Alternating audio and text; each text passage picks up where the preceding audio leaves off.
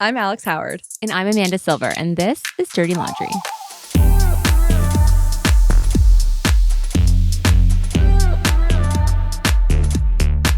Welcome, Mary-Anne, to Dirty Laundry, the director of the OAFM, the Ontario Association for Family Mediation. We are so excited to have you here. So thank you so much for joining. And it's really, it's our honor because we've had so many big wigs in the industry, right? Yeah. And now we have you. Yeah, so our fearless leader. Yeah, we're really, really excited to have you here. Yeah. Oh, I'm so good. Thank you, Amanda and Alex, for having me. It's an honor for me to be here. So why don't you talk really briefly about the OAFM? Because this is something that we use as our jargon and, colloquially, we all know what that means. What does it really mean to be an association? Like, what is the benefit, I guess, for those going through mediation to be like, oh, my mediator is part of this association? Right. And the first thing I was thinking about, there are really two sides to OAFM. And one is the support of the mediator, of us doing our jobs as mediators. And the other part is for the public, for them to know that there is an association that holds a professional standard for mediators to adhere to. And so that they can be assured that they have a mediator who's, actively involved and wanting to do their best as in their role as a family mediator. And there's standards of practice that we all have to uphold. There's an emphasis on continued professional development that is really important to us. And the OAFM, has an excellent standing in our communities. Even though we're not a regulatory body, we are seen as a leading body and a group that really stands behind the principles of our standards of practice and tries to, not only enforce, that's probably a strong word, not only to sort of make sure our mediators are meeting that standard, but also to support you and myself included. I'm also a family mediator, to do a better job. And so one of the biggest ways that we do that is by connecting with our members on, definitely 2-3 times a month. We have webinars where we do connect and we all think about learning and ongoing new practices and developments, and also just sharing, because, we all work, a lot of us work alone, right? So here we are in our offices and we do this job that's actually quite, it's sensitive and very critical to the family that's in front of you.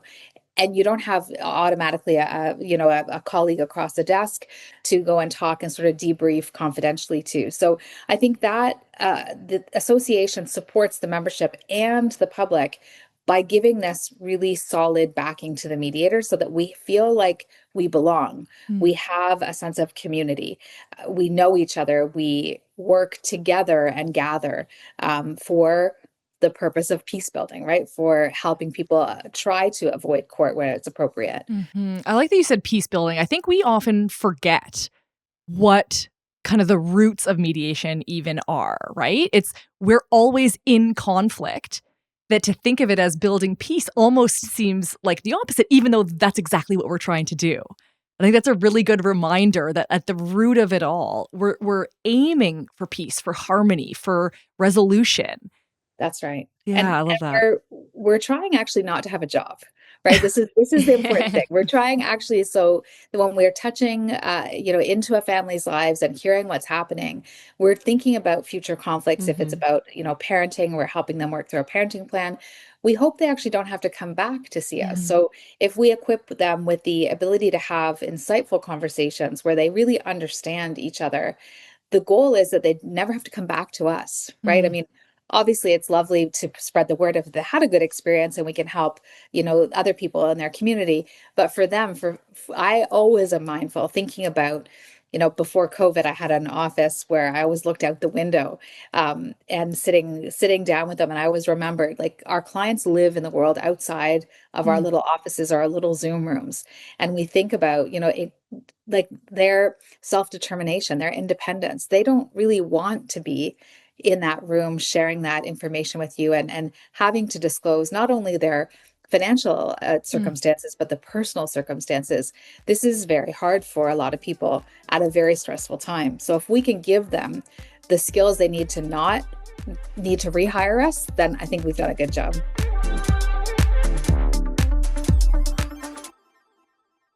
So you do practice as well. You're still a practicing mediator. I do, yeah. Evenings and weekends. I love it so much. It's hard to think of giving that up Yeah. because it's, while I enjoy the um, being the executive director of OAFM and having the policy and that and having my sort of finger on the pulse of all of that, I think what brought me here was my passion for family mediation. It wasn't a career that I pursued.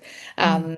Starting out, it was always to be a family mediator, and I think that it's I have so much enjoyment when I'm mediating with the family, and I know that sounds sort of maybe a little odd. I just find I find people very interesting and their stories very remarkable and their bravery. Yeah. I always tell my husband if he left me, I'd go with him because clearly I've done something wrong. And I just think the bravery of people, like, I'm not sure that I could do what they do. Yeah. And so that keeps me in a humble place Mm. in terms of, like, they're really laying themselves out in ways that are, like, unimaginable, really. And Yeah. it's really is this deep dive into their private lives, personally, financially, everything. And I think they're brave. I think they're the most brave people. And so I really enjoy helping them and trying to help people have a really difficult conversation. I find extremely rewarding. And I think Yeah. that's, what brings the love and the passion of mediation to me. Yeah, it's funny. I know when people ask, what do you do for a living? And I say, well, I support people going through divorce. I'm a family mediator. It's always like, Yeah. oh my God, that must be so awful. I'm like, are you kidding? This is the coolest job on the planet because you get to be there for people in their most difficult time and without judgment. And, like you said, we get a sneak peek into all of the money, all of the parenting, all of the relationship, woes that ultimately get them into our office. And there's never judgment. It's just like, cool, how are we going to get you through this? What I a think fun challenge. Like, I what can't wait to yeah, dive in. I find it fascinating. I think that the one of the reasons is because we're neutral, right? And Yes.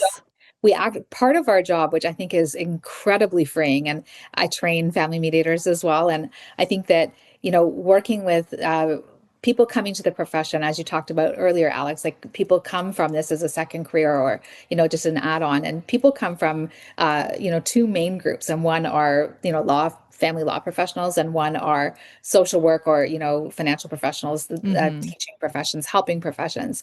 And so the people that I teach that have the law background have been very used to having this advocacy role and this zealous advocacy role.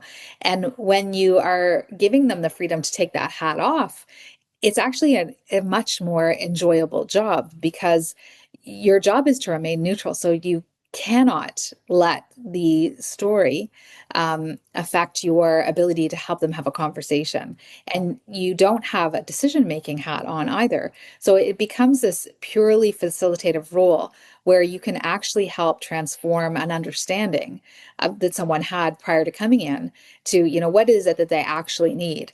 And, going back to the story of the orange negotiation, like, if you Hmm. don't understand that one person needs the juice and one person needs the rind to make a cake, you miss a lot. And I think Yeah. that in other professions, that missing must feel less, I Mm. don't know, empowerful or empowering. Yeah, Yeah, satisfying. yeah, Yeah, satisfying. yeah. Yeah, yeah, that's the word.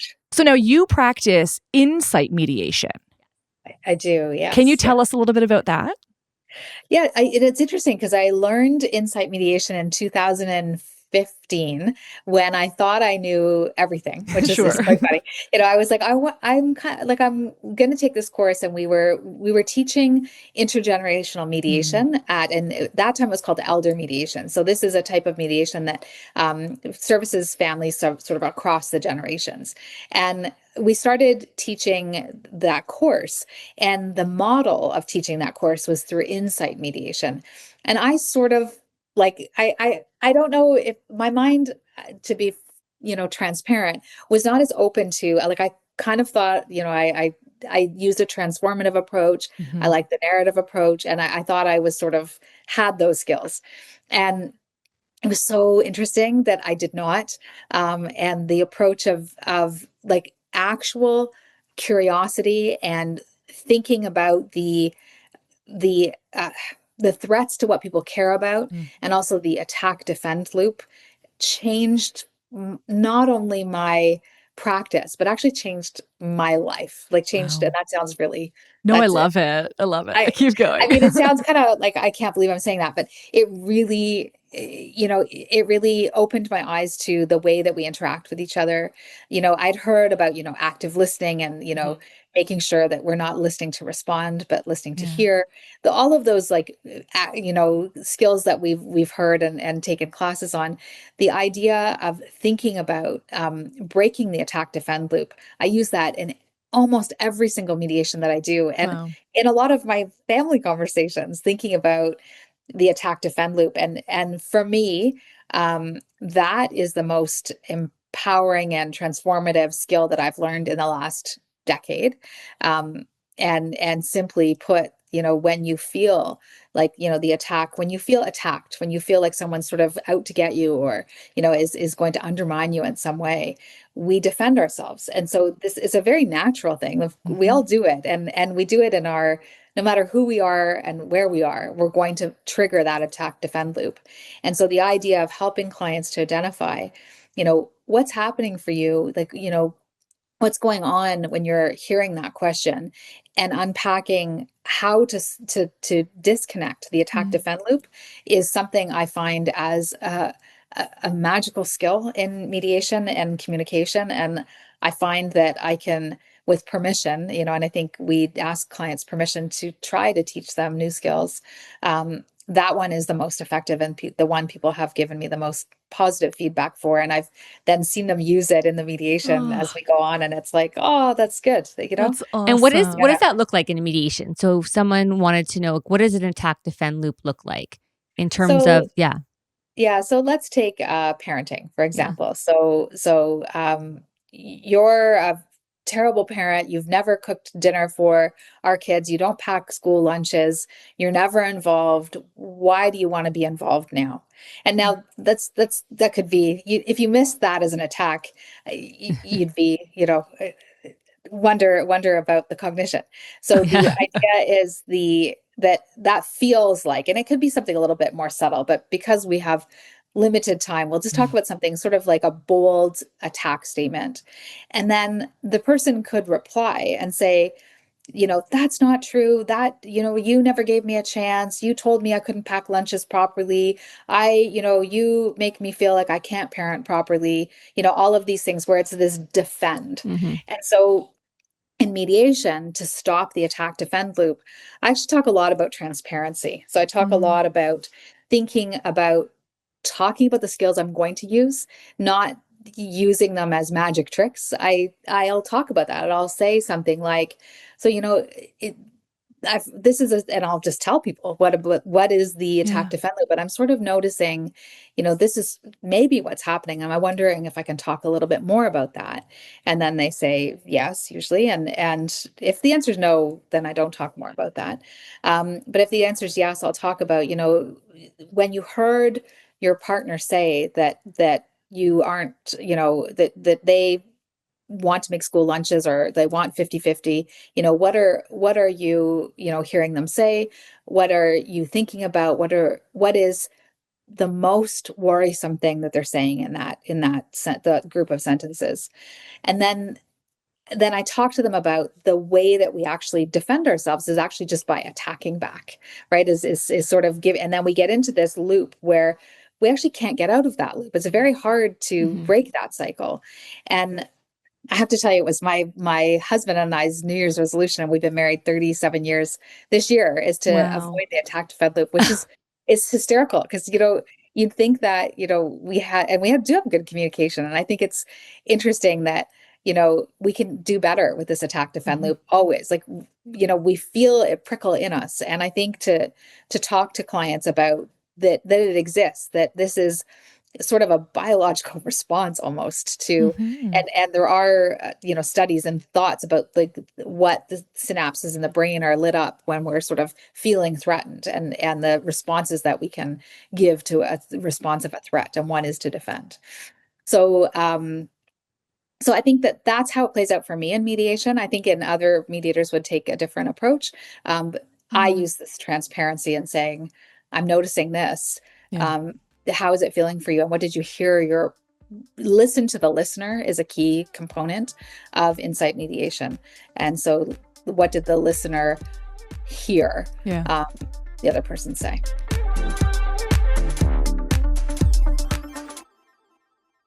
Yeah. You say that it changed your life, and I honestly feel the same. Like, my favorite question when my husband and I are in this loop, because even as mediator, we still fall prey, but it's like, wow, what did you just hear me say? Because this response to what I meant, it's just not on the same. And then sure enough, it's like, well, obviously you think X, Y, and Z. I'm like, I didn't say that. Or vice versa. Because I find myself doing that. You want to defend yourself. How dare you, make these assumptions or whatever. And emotions are running high. And so I love that you brought that up, because that's where our skills as mediators lie. Yes, we have an understanding of family law, of course. Yes, we can do your NFP calculation, sure. But let's get into it. And I think especially for those families separating that have children, it's like, you folks are stuck together. You just are. Like, how can we make this relationship tolerable, if not, something above that? And I think people come into mediation sometimes with a fight mindset. Yeah. And that sort of needs to be unpacked, which is everything that's happened in the past, and they have their evidence and they want to prove that they are the better parent and he or she is not. And it's like, we have to leave that at the door, because we are a forward-facing process. We are here to make decisions that are in the best interest of you, your former partner, and your family. And I find that that's sort of a wake-up call sometimes in the early stages of a mediation, because they come in just ready for the kill. Yeah. And it's like, wait a second, we're not, there's no judge here. We're not in a competition.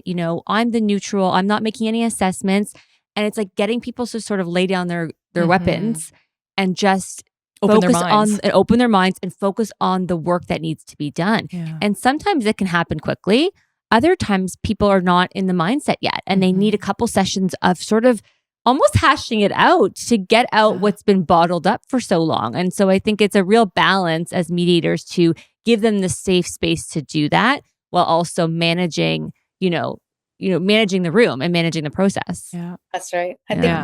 I think what you said, Amanda, about future focused is another key aspect of insight mediation. And this is actually the science based. So I think that, if you've ever gone on vacation and packed in your bag, like this cute, whatever, 2-piece bikini or something, or tankini, that you're like, oh, that's going to look really good. I don't want to wear it to the local pool, but this is going to be great. I'm going to have a good time in this in the future. And you've thrown in a sarong and something else that you're thinking is fantastic. And then you get to the vacation, and what happens to that iffy item?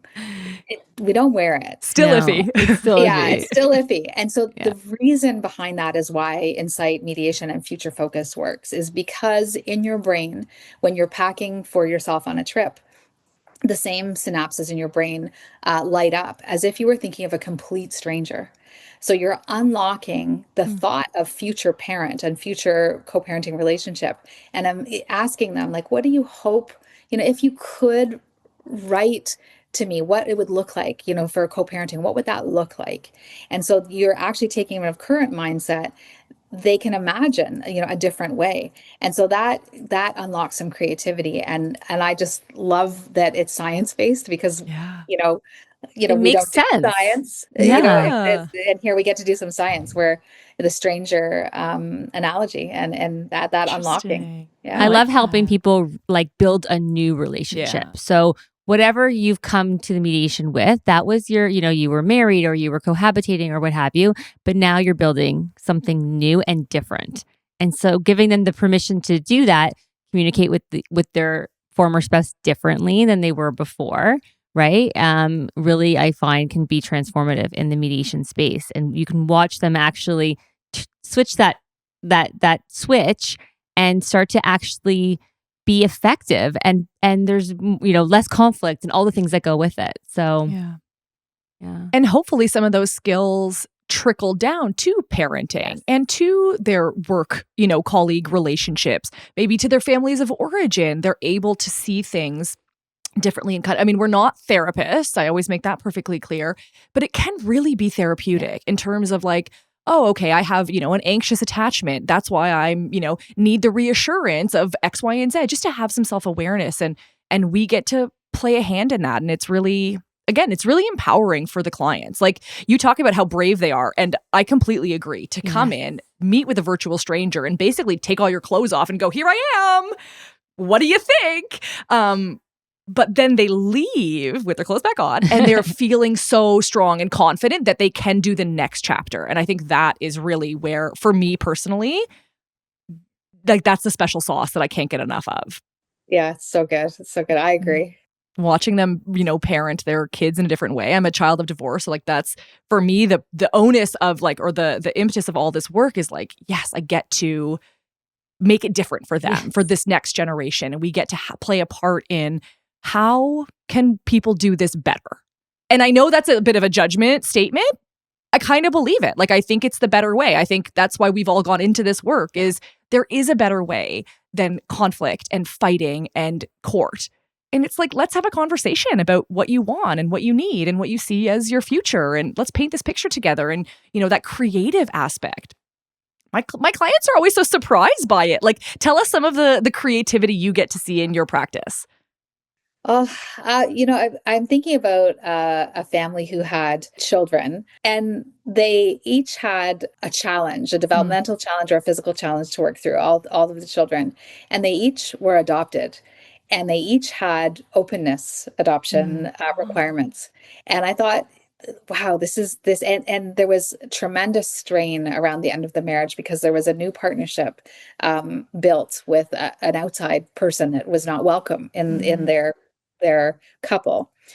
So there was a lot of emotional strain and unhappiness. And they were able to, and when we think about using insight and using mediation in order to focus on future relationship, when we look at children and the effects of conflict on children, right? That this is something that can have a very negative effect on children. There's a real positive inference for parents to shield their children from conflict, as there's so many studies pointing to that being stressful for children, that we can use this creativity. And they were absolutely incredible once we got through the attack defend loop, and that we established this hopeful, like, what would it look like? And they were amazing. They were creative in so many ways. Like, the openness with one child was different than another, and two were half siblings, so there was a shared parent. Like, it was the most mind-blowing Wow. to this day parenting plan I've ever written, because it had, like, facets all over the place and relationships to think about.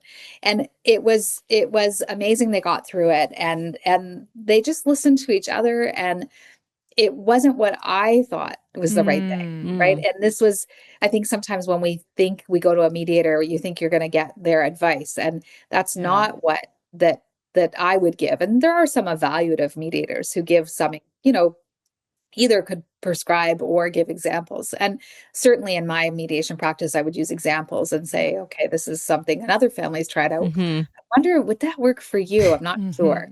And then they can think about that. But this family had, all sorts of, like, the parenting plan was broken up into 4 sectors of the day. There were multiple ways that, like, from letter writing to photo sharing, and, like, the assignment of who was going to do what was so detailed. And I was Complex. It was complex. And as you had said earlier, Amanda, like, they had to get through the pain and the real grief and loss that goes with separation. And I think we can't forget that these people are grieving.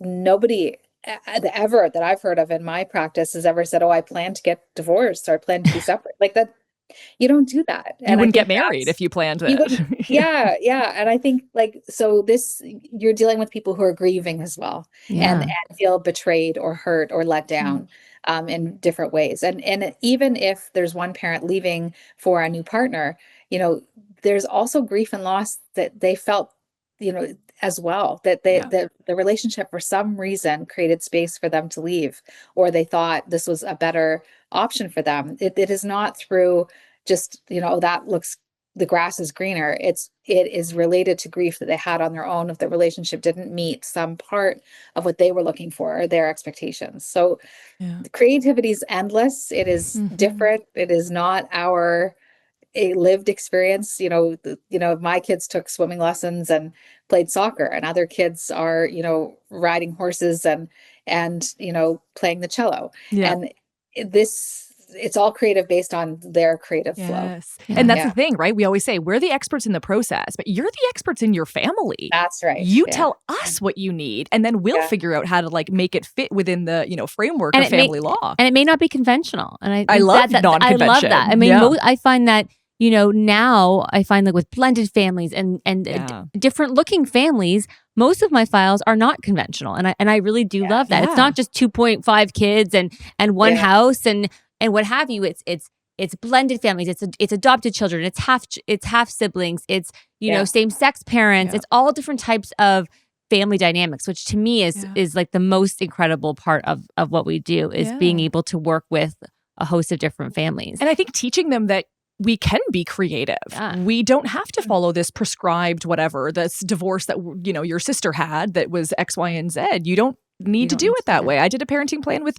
2 completely different parenting schedules because one was a teacher and had summers off. And it was like, great, I'm going to do all the parenting then. Perfect. Yeah. If it works for you, I'll write it up. Like we're good to go. Yeah. So it's, and I think that's the joy of you said of like giving examples, kind of giving our clients as well the permission to think outside the box. Yeah. And be like, what if you could imagine a perfect plan, what would it look like? Yeah. Yeah. And then you start there and then you make it reality as opposed to just, a sort of pie in the sky idea. But when we dream, that's like what we're ultimately hoping for. Okay, well, let's start there and then work our way back to reality and see how we can. Yeah. So it's fun. It's very creative. I think we can offer so many alternatives in this line of work that people haven't even thought of.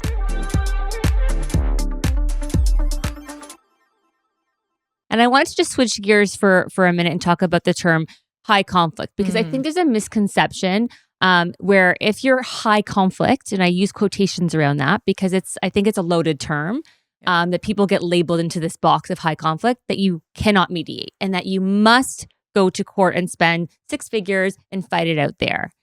And, I think we're here to say that that's not necessarily the case. Yeah. I think that to me, the more conflict, the more detailed the plan needs to be, right? You need to really spend more time. It has to be pickups and drop-offs and times and everything needs to be laid out, and it can be done. Yeah. That's right. And it can be done very well. Yeah. Yeah.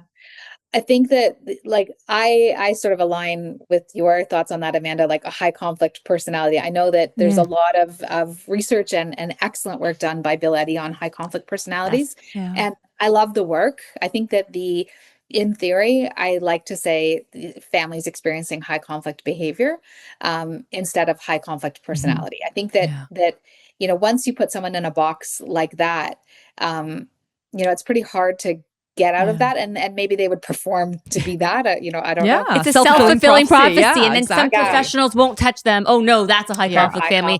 Hands it off, and then it's almost like a child that is labeled. Yeah, it's almost like labeling a child as being a behavioral child, and then they just give up, and they're like, I guess okay, that's my label. I guess the system has already labeled me as that, so I'm going to act that way. Yeah. Well, and I don't know if you get this, Mary-Anne, but I'll have clients that are like, have you seen this before? I'm like, yes. Yeah. I've seen it before. Am I the worst that you've ever had? Are we the worst family you've ever had? Yeah. And I always say no, right? Of course not. Right. And maybe there is somebody, but I don't even evaluate families like that. I think that may be a fallacy of me. Like mediators don't really put you on a scale and say this is sort of how you fit. We will acknowledge like where things are hard or things are difficult or challenging. I think with family mediation and servicing families who are having difficulty or experiencing high conflict behavior, we have to be extremely careful, just like in the litigation world where there can be litigation abuse, that we don't allow the mediation to be a place for abuse to take place. And that is something done through good process design and excellent ongoing screening for family violence, right? So this is something that is in our standards of practice that we teach, that is talking about that the ongoing need to ensure that clients feel safe enough to participate in the way that they're participating. And it can go from all of us here, like together, we could be mediating something right now together in a family, me and my Zoom room, you and yours, or we could be separate days, separate. No one knows when we're meeting, completely private conversations, nothing shared other than what's agreed to, and very, very distinct process where people feel safe. And I think that, I'm not sure how the litigation world, has that level of protection. Like eventually if there's a court date, there's a judge going to be sitting and hearing and listening. And that place, the safeties that you can build in. Yes, there's court officials and that sort of thing. There's also some steps you can take in process design when appropriate with families and mediation. So what is the top reason that couples are turning now to mediation more commonly over litigation? I think because they're able to have control over the ending of their story. They controlled how it started, and they get to write their own happily ever after. And I don't think that that's trite. I think that you can have a new beginning. And I think that's the main reason couples would choose mediation. I love that. Nailed it. We don't need to do anymore. You crushed it. I know. I was trying to go rogue. Get out of here. I was screwing it up. I was trying to go rogue. We have a lot of fun, as you can see. Honestly, with this we could do this every day, and it's just amazing. But like, I have learned so much. I'm already like, okay, for that file, I'm gonna talk about that thing that she just pointed out, and for this, like, it's like, so. Me too. Yes. Me too. Like, I think like that I think is what's really brilliant about this is that it's like, even in preparing for this, I was like, oh, I should think about that for this person. Yeah. And I think that's great. That's what we want, right? That's what we all want. There's a common thread in the personality types of the mediators where we're all, I think, open to learning, right? Yeah. We're not, and that maybe that differentiates between the mediator and the litigation lawyer or other types of professions, but we want to do better. I mean, every profession does, but we learn so much from each other. And just listening to one person talk about a file, you start to think, okay, I'm going to apply that to mine. And then I just think it's such a beautiful way of approaching a practice. Yeah. I agree. I love it. Agree. We really appreciate this. Yeah. 20 years later, I feel exactly the same way, which is wild to me, right? It's like, this still is learning. Still learning. Yeah. I learn something new every day, I think, from my clients. Clients are always teaching us, for sure. Yeah. That I've never seen that before. Or, I love how we wrapped that up and found a solution. Yeah. So I know. And I'm so keen to tell them, I'm like, you should be so proud of yourselves. Yeah. You did it, because how far you've come. I'm so proud. I'm like, they're my little graduates. Yeah. When I send them off into their co-parenting world, and I'm just like, it's just, it's emotional almost. Yeah. That's like, what's your mediation style, right? The first question in the advanced family is, and mine was always cheerleader. It was, yeah. And that's what makes you such a good leader for all of us too, is you are such a champion of each and every one of us in the association. You reply to emails so quickly. You're so supportive, so generous with your time. I mean, thank you right now even for giving us your time. I mean, I love it. Yeah. And you've been so supportive with us and our business venture, with our course that we've launched. Well. Thank you. And we really appreciate your support. So thank you. And thank you for coming. It's a pleasure to be here. Thank you so much for having me, Amanda and Alex. It's wonderful. Thanks, Mary-Anne. Take care.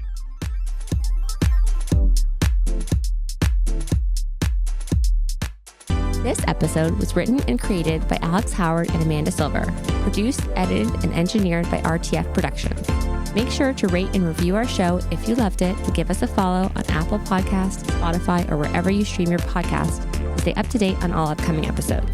Thanks for listening, and go easy on us. We're not your ex.